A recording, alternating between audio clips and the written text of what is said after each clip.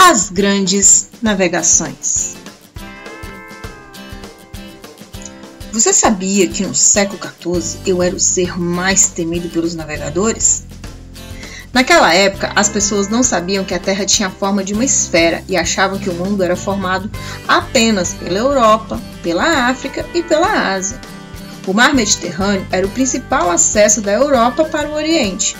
Por ele, os mercadores europeus iam para o Oriente comprar artigos de luxo e as especiarias para conservar seus alimentos.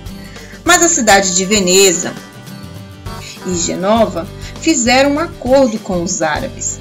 Eles traziam as mercadorias até o mar Mediterrâneo e os venezianos e genoveses distribuíam as mercadorias por toda a Europa. Com o controle do comércio no Mediterrâneo, essas duas cidades passaram a cobrar preços muito altos pelas suas mercadorias. A economia de Portugal dependia deste comércio e por isso foi muito prejudicada pelo monopólio italiano. Diante dessa situação, os portugueses precisavam encontrar uma rota alternativa pelo Oriente que não passasse pelo Mediterrâneo. Portugal é o ponto mais ocidental da Europa. Seu litoral é banhado pelo Oceano Atlântico e situa-se bem próximo do continente africano. Além dessas condições favoráveis, Portugal passou a assimilar os conhecimentos de outros povos e aplicá-los na busca de novas rotas marítimas. Muitas invenções de povos antigos aprimoradas pelos árabes foram aprimoradas pelos portugueses,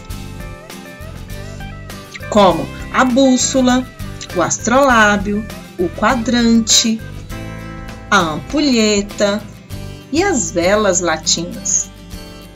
Os portugueses aprenderam também com os árabes a elaborar cartas náuticas e a utilizar as técnicas de carpintaria naval. E as caravelas? As caravelas foram as grandes invenções portuguesas. Relativamente pequenas, leves e ágeis, as caravelas eram ideais para a navegação costeira.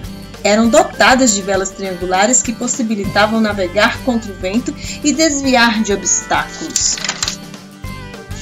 Com toda essa tecnologia, os portugueses lançaram-se na procura pelo Oriente, contornando a costa da África. Durante quase todo o século XIV, Portugal tentou contornar o sul da África. Mas nessas explorações, os portugueses adquiriram grandes experiências marítimas e conquistaram vários pontos da costa ocidental da África, onde estabeleceram feitorias. Essas conquistas garantiram a Portugal a comercialização de arroz, de peixes secos, de sal, de tecido, de algodão, de ferro, de cobre, de ouro e até de escravos. Em 1488, a frota de Bartolomeu Dias conseguiu dobrar os Cabos da Tormenta.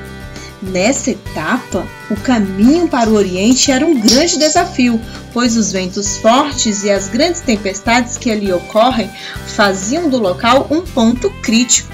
Quando o cabo foi ultrapassado, Dom João II mudou seu nome para Cabo da Boa Esperança,